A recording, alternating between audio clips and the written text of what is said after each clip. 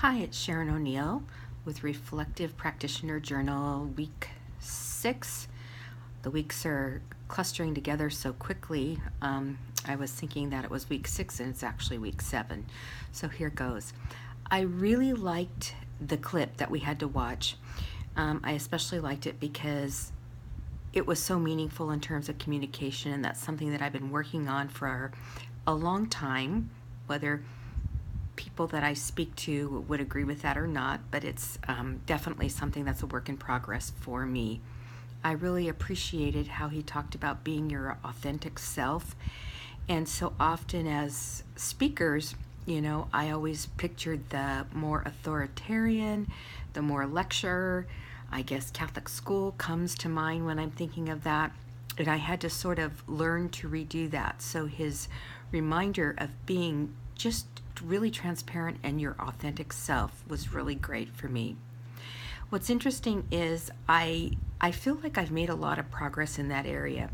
But one thing that might surprise people is that with small groups, like for example, if I'm having to address the small group of people I work with in a classroom, more specifically classroom aides, and I have to sit and maybe have a meeting with them, that's much harder for me than speaking in front of a group and making a presentation and, using some humor and creativity.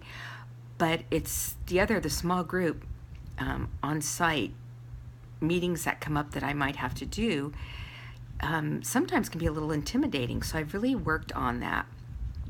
I remember a colleague of mine saying, own your power, own your expertise. And with that, it's okay to be creative. It's okay to not know all the answers. And therefore, I really work to try to be more authentic and transparent, and often ask, what do you think? I'm open for suggestions. How do you see this happening? And also have learned to let them be somewhat autonomous with me just sort of as a guide. So with that, referring to the chart, I'm going to glance over it for just a minute here. I think that I am proficient in authenticity and definitely open-mindedness and definitely empathy.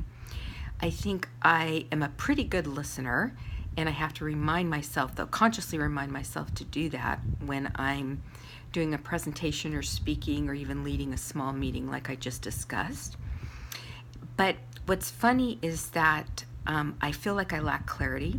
So sometimes it's really hard for me to spit out the point that I really do need to get across to this small group of people that I'm working with. And I'm trying to work on not beating around the bush, but just rather, having it simple, straightforward, to the point, and then we can go on to, really have a good discussion about it. So I think my clarity is an area of growth that needs to improve.